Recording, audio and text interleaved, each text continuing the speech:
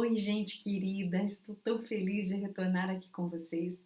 Eu quero começar agradecendo pela acolhida tão calorosa e carinhosa da primeira série de vídeos.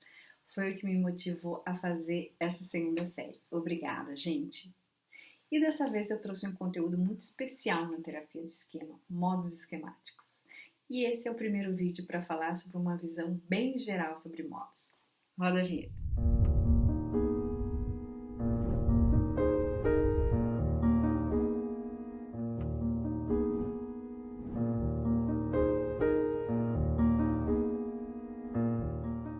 E eu vou seguir a mesma didática, apresentando a temática dividida em vários vídeos curtos.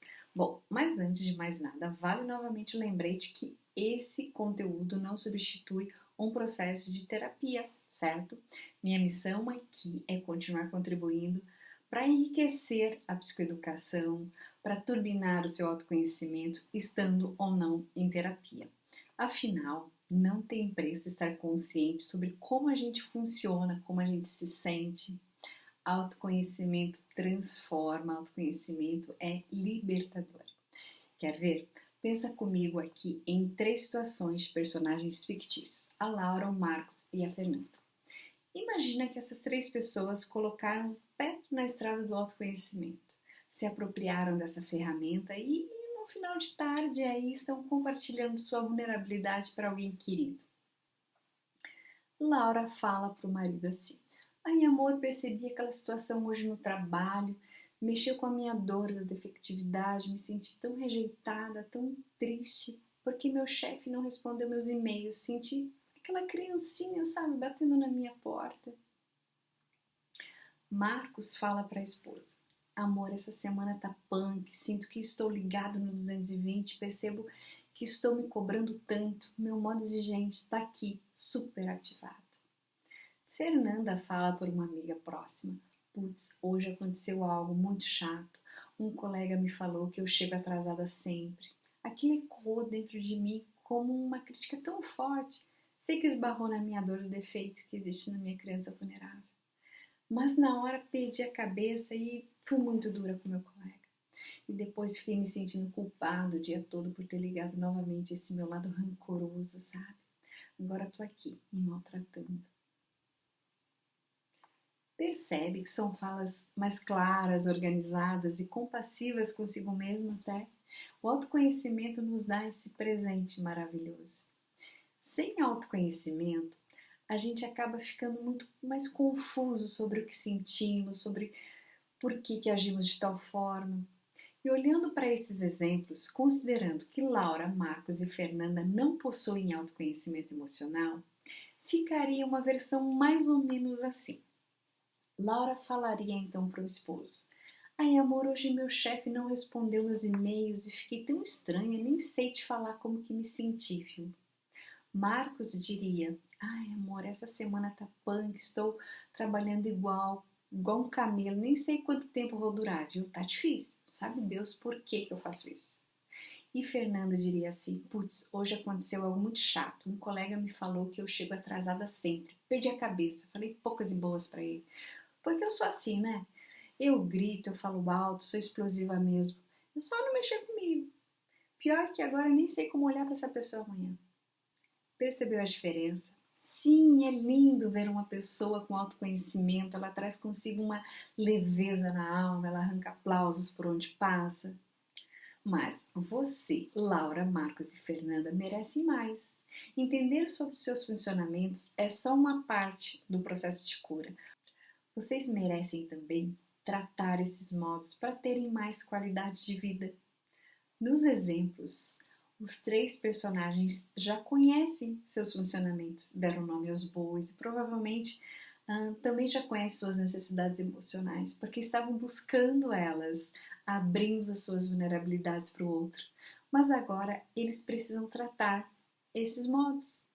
Laura, Marcos e Fernanda precisam cuidar e tratar as feridas do modo criança vulnerável, para consequentemente fortalecer esse adulto saudável capaz de gerenciar todos os outros modos e, claro, tratar todos os modos também que eles possuem, que aqui a gente está falando só de alguns. Laura precisa cuidar da sua criancinha quando ela aparece, Marcos precisa frear esse modo exigente e diminuir esse ritmo no trabalho. E Fernanda precisa aprender a negociar e desativar esse modo destrutivo que deixa marcas negativas na vida dela toda vez que ele é ativado. E só é possível tratá-los com a ajuda de um profissional, de um psicólogo, que nesse caso seja um terapeuta do esquema. E para quem está do outro lado da terapia, os colegas terapeutas do esquema, minha missão com vocês é contribuir para juntarem mais pecinhas aí desse grande quebra-cabeça que é essa abordagem, que é tão bonita, profunda e efetiva, mas extremamente complexa, não é? Principalmente quando se trata do conceito sobre modos. Jeffrey Young mencionou isso no seu livro mais famoso que chamamos de Bíblia. Ele disse assim: o conceito de modos é a parte mais difícil de explicar na terapia do esquema, porque engloba muitos elementos. E eu super concordo. Ela é simples na hora da gente apresentar para o paciente, mas até chegarmos nessa explicação é preciso nos debruçarmos no caso e trabalharmos duro. Aliás, é por esse motivo também que costumamos falar que terapeuta do esquema precisa ter um número limitado de pacientes. E ainda falando aí para os colegas terapeutas, penso que para fechar esse quebra-cabeças e ter domínio em TI, em modos especificamente, é preciso de tempo, gente. É preciso sim solidificar esse conhecimento, encontrar o seu próprio estilo de ser terapeuta do esquema, mas é uma construção e toda construção leva tempo. O que vai fazer a diferença nessa construção é fazer uma especialização ou formação equivalente em terapia de esquema, se manter atualizado com cursos, congressos, mas sempre com o crivo do adulto saudável para não deixar o modo exigente pegar as rédeas e se enfiar em cursos e mais cursos sem fim. O estudo contínuo, ou seja, horas bundas de estudo, como diz aí a Ana Rizon, uma mega referência em terapia de esquema, supervisão contínua e a própria terapia do terapeuta, também nessa abordagem. Afinal, como diria meu ex-professor e atual amigo Tiago Canuto, outra referência na terapia do esquema, levamos o nosso paciente até onde conseguimos ter ido. Então, gente, sem mais delongas, vamos aí ao que interessa. A chegada do conceito sobre modos foi uma grande evolução na terapia do esquema e passou então a compor a teoria de esquemas. Mas afinal, o que são modos? São como lados. Gosto muito desse termo, que é o que eu costumo usar com meus pacientes. Então pense em modos como sendo seus diferentes lados. E para os fãs do Harry Potter, eu trouxe uma frase aqui que define muito. Todos temos luz e trevas dentro de nós, o que nos define é o lado com o qual escolhemos agir. Todos nós temos modos. Alguns são universais e outros dependerão do ambiente que crescemos e do temperamento para desenvolvermos ou não. O que vai diferenciar para cada pessoa é a quantidade e a intensidade de cada modo. Um modo é um estado em que expressamos um padrão emocional, cognitivo, sensorial e comportamental específico devido a entrarmos em contato com algumas situações gatilho. Cada modo tem uma cara, um jeitão bem característico, com falas e expressões singulares. Alguns compõem-se basicamente por esquemas, enquanto outros representam mais respostas de enfrentamento. Ou seja, cada modo possui um padrão de sentir, pensar e se comportar. São funcionamentos que acontecem de forma inconsciente e pode-se vivenciar alguns modos ao mesmo tempo e transitar entre eles de forma gradual, o que é saudável para a regulação emocional. O problema são os extremos, transitar rápido demais ou ficar muito tempo em um único modo, aí é altamente destrutivo.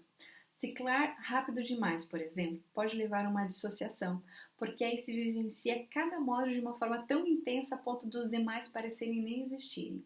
E esses extremos, na transição entre os modos, tanto os que ficam muito tempo quanto os que ciclam rapidamente, levam as pessoas a terem muita dificuldade para identificar e reconhecer o modo no momento que está acontecendo. E aí, consequentemente, tem muita dificuldade para dar as rédeas para o produto saudável, porque o nível de insight é muito comprometido.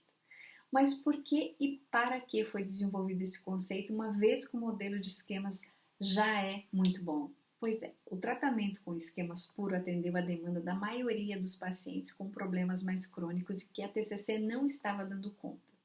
Porém, Jeffrey Young começou a perceber que ainda havia uma lacuna, tinha algo que faltava para alguns pacientes e o tratamento no modelo tradicional de esquemas também não estava sendo suficiente. Era um perfil de pacientes que costumavam apresentar quase ou todos os 18 esquemas relacionados com os problemas da vida atual. O modelo clássico da TI começou a apresentar dois problemas para pacientes com esse perfil. Um perfil que teria um mapeamento, então, dessa forma. E aí, como psicoeducar? Por onde começar a tratar? Né? Complicadíssimo. Seriam 18 esquemas que o paciente precisaria entender o funcionamento, a origem, gatilhos e a forma que lida com cada um deles. Para esses pacientes, quando ocorre uma situação gatilho, costuma ter um pacote de esquemas e estilos de enfrentamento ativados ao mesmo tempo, impossibilitando trabalhar sob a luz, então, da abordagem original de esquemas. E na sessão seriam esquemas demais ativados para fazermos intervenção eficiente. E fora da sessão, problemão também. Como que o paciente vai monitorar tudo isso fora da terapia, minha gente? Outro problema de trabalhar no modelo tradicional de esquemas com esse perfil de pacientes é que não é possível entender a transição rápida do estado de humor. Uma hora o paciente está com raiva, dali a pouco está totalmente vulnerável e já em seguida impulsivo. Como se fossem pessoas diferentes mesmo. Mas se a gente trabalhar com modos, teremos então um mapeamento mais enxuto, mais ou menos assim. Um mapeamento com 5 modos desadaptativos. Vamos pensar aqui no modo criança vulnerável, modo criança zangada, impulsiva, crítico punitivo e protetor desligado. E os 2 modos adaptativos, criança feliz e o adulto saudável.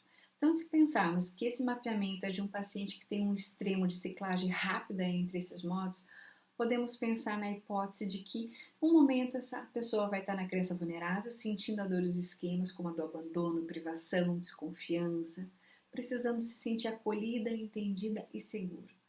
Mas como não consegue buscar essas necessidades, muda em seguida para a criança zangada, expressando a sua raiva por não ter essas necessidades, reivindicando de uma forma muito torta, com muita zanga. E depois muda para o modo crítico punitivo, para punir essa criança que expressou a raiva, se culpando e às vezes até se ferindo. E para fechar o ciclo, vai para o protetor desligado, desconectando-se das emoções, se recolhendo para não sentir dor e assim se proteger. Dessa forma, usando modos, ficará muito mais fácil então psicoeducar o paciente para tornar todo esse funcionamento aí consciente, usando uma linguagem mais personalizada. Sim, personalizada. É importante dar nome aos bois de uma forma simples e que faça sentido para o paciente. E aí não serão 18 esquemas e uma montoeira de estilo de enfrentamento, e sim 5, 6 modos para se trabalhar. E o mais importante, nas sessões poderemos fazer intervenções para chegarmos na criança vulnerável e repararmos as necessidades emocionais do nosso paciente. Trabalhar com modos permite construirmos uma aliança com os modos adaptativos do paciente, que querem qualidade de vida, os modos que levaram ele até a terapia. Então, terapeutas e os modos saudáveis formam uma parceria e um trabalha lado a lado nessa batalha aí contra os lados desadaptativos. Uma pergunta comum entre terapeutas e também para você que está fazendo terapia em esquemas: quando usar modos? Uso somente com pacientes com esse perfil de ter muitos esquemas e os pacientes mais saudáveis. Por que meu terapeuta está usando modos comigo? Por que está usando somente esquemas? Então, a indicação é que quando há um mapeamento com poucos esquemas, trabalha-se com esquemas puros. Quando há um número médio de esquemas, pode-se usar esquemas e modos de uma forma mesclada. Mas pacientes com muitos ou todos os esquemas, aí se torna então necessário focar em modos. E também temos alguns fatores que podem levar o terapeuta a mudar a direção e focar em modos em um determinado ponto do processo psicoterapêutico. Sempre que a terapia estiver estagnada devido ao paciente ter um estilo de enfrentamento evitativo ou hipercompensador muito forte, como se fossem armaduras mesmo, e aí não abre caminho para chegar na dor dos esquemas centrais. Quando o paciente leva muito tempo para voltar a se regular devido a ter um estilo de enfrentamento também muito forte. Quando o paciente é autopunitivo ou muito autocrítico.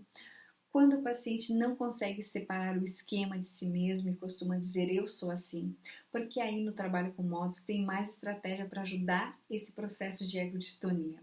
Por exemplo, a confrontação empática, em que nos referimos ao lado do paciente e não a ele. Podemos falar para esse paciente: esse é seu lado evitativo e não você é evitativo. Confronta, mas ao mesmo tempo cuida do vínculo. Porém, ainda que o modelo de modos tenha sido criado para pacientes mais desafiadores clinicamente, o uso tem sido expandido, viu, minha gente? O próprio Jeffrey Young, em 2008, no livro clássico dele, já dizia que o modelo de modos estava sendo muito utilizado para pacientes também com um funcionamento mais saudável.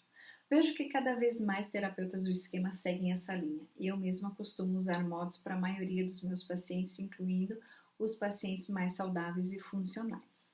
Na prática clínica, o que se observa é que a escolha por trabalhar com esquemas, modos, depende muito do estilo do terapeuta e não somente das demandas e perfil do paciente. Então, podemos pensar que o trabalho com modos faz parte de forma integral da terapia de esquema. Não é uma abordagem separada e podemos trabalhar com ela de forma mesclada com os esquemas. A diferença é o foco que vamos dar. Claro, um lembrete importante para os terapeutas do esquema de plantão é que mesmo que a gente trabalhe com modos com o paciente, precisamos mapear os esquemas mais relevantes do paciente, as evidências da vida atual, estilos de enfrentamento, gatilhos, origem, que faz parte do mapeamento geral do paciente, a famosa e necessária conceitualização de caso que usamos na terapia do esquema. E sem esse mapeamento não teremos um norte, não conseguiremos fazer um plano de tratamento. E aí, minha gente, se não sabemos para onde iremos, qualquer caminho serve, não é não? Mas quais são os tipos de modo? Inicialmente, Young pensou em 4 categorias principais de modos, que são os modos crianças, modos críticos, modos de enfrentamento e os modos adaptativos. E a partir daí, então, o conceito foi ampliado por outros estudiosos e continua em desenvolvimento. E eu vou falar sobre cada um dos modos de uma forma bem resumida e deixar para detalhar melhor cada um deles nos próximos vídeos, tá? Os modos crianças. Os modos crianças são inatos e universais. Todos nós nascemos com a capacidade de expressar todos esses modos criança. E é um ambiente de infância que influenciará no desenvolvimento ou não de cada um deles. Os modos crianças surgiram lá atrás a partir das necessidades emocionais não atendidas ou atendidas parcialmente, esporadicamente e de forma imprevisível. São estados em que se apresentam com intensidade, de forma desproporcional, como se não fosse coerente com a idade cronológica. Quando esses modos estão ativados, você se sente como uma criança mesmo, tal como foi vivenciado na infância, quando uma necessidade básica não foi atendida. São os lados que sentem, que se conectam com as emoções. E Jung já dizia assim: representam o espectro emocional dos seres humanos. E são 3 subtipos: criança vulnerável, zangada, impulsiva e indisciplinada.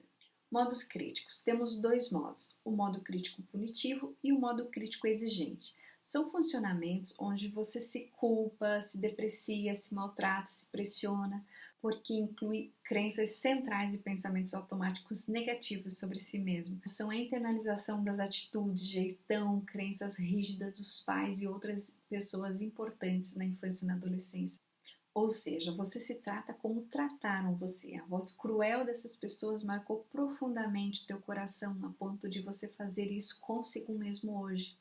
Desenvolve-se esses lados, esses modos, quando criança, para se proteger no ambiente hostil que está, para dar conta de estar junto das pessoas importantes, ainda que severas, intolerantes, punitivas.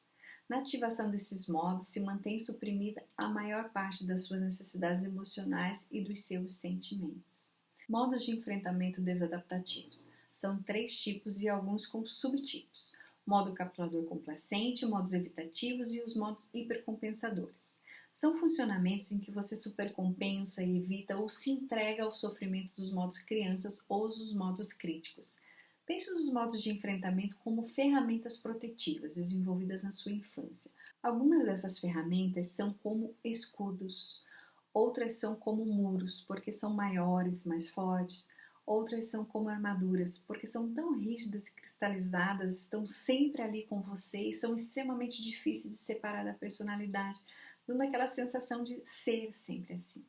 A quantidade de ferramentas que você desenvolveu e a intensidade é proporcional com o tamanho das suas feridas emocionais. Os modos de enfrentamento foram desenvolvidos na infância e na adolescência para você sobreviver em ambiente nocível, sem o suprimento emocional. Às vezes esse ambiente foi tão cruel que foi necessário desenvolver um arsenal de ferramentas. E algumas precisaram ser tão potentes porque quando o muro se rompia tinha um escudo, e quando esse fosse derrubado ainda restava a armadura para garantir a própria proteção. Imagina você, menino, menina, em um ambiente sem ter afeto, sem ter cuidados, proteção, segurança, sem ter a sensação de estar conectado emocionalmente com seus pais, com cuidadores, talvez até se sentindo culpado por não ter essas necessidades emocionais. Me diz como é que seria possível dar conta disso? Nessa idade, nenhuma criança tem maturidade emocional para conseguir falar, expressar, pedir ajuda. Por isso que os modos de enfrentamento foram ferramentas necessárias, né? Você precisou muito e elas tiveram uma grande importância na sua vida. E até na vida adulta, em algum momento, costumamos falar que são ferramentas que podem ajudar a não entrar em sofrimento e podem ser funcionais se foram usadas de forma pontual e muito consciente. Mas usar de forma generalizada não é mais possível, porque a conta já bateu na tua porta. E seguir usando essas ferramentas significa seguir o mesmo caminho que te levará novamente às feridas, e significa também deixar essas armaduras, escudos e muros ainda mais aprimoradas e fortes e continuar te distanciando cada vez mais do que se precisa, das necessidades emocionais. Não tratar e não abrir mão das velhas ferramentas é estar fadado a ficar preso na infância, distante de uma boa vida. Temos muitas ferramentas novas na nossa caixa de adulto. Só precisamos encontrá-las, acessá-las e aprendermos a usá-las. E temos os modos adaptativos funcionais, que são o adulto saudável e a criança feliz. O modo adulto saudável é o estado em que se está consciente do que está acontecendo. Sentimos as emoções, todas as emoções, mas somos funcionais. E o mais importante, vamos ao encontro das necessidades emocionais. É um modo que precisará ser fortalecido na terapia para que esteja presente na maior parte do tempo, para que possa desempenhar suas diferentes funções com cada um dos modos desadaptativos, ou seja, suprindo os modos crianças, calando os modos críticos, dialogando e negociando com os modos de enfrentamento. O maior objetivo da terapia do esquema é fortalecer esse modo adulto saudável. E aí, durante a terapia, esse modo vai crescendo, tomando espaço, se apropriando do que é dele. É esse modo que precisa estar mais presente na sua vida. E temos o modo criança feliz, que é quando você se sente saciado emocionalmente, sendo autêntico, espontâneo. E ele vai crescer junto com o adulto saudável, porque também queremos que ele se ative mais vezes, que ele dê mais o ar da graça aí na sua vida, coladinho com o adulto saudável. É isso, pessoal. E nos próximos vídeos dessa série Modos Esquemáticos, você vai conhecer cada um dos modos de forma mais detalhada. Um beijo, abraço e até o próximo vídeo sobre os modos crianças.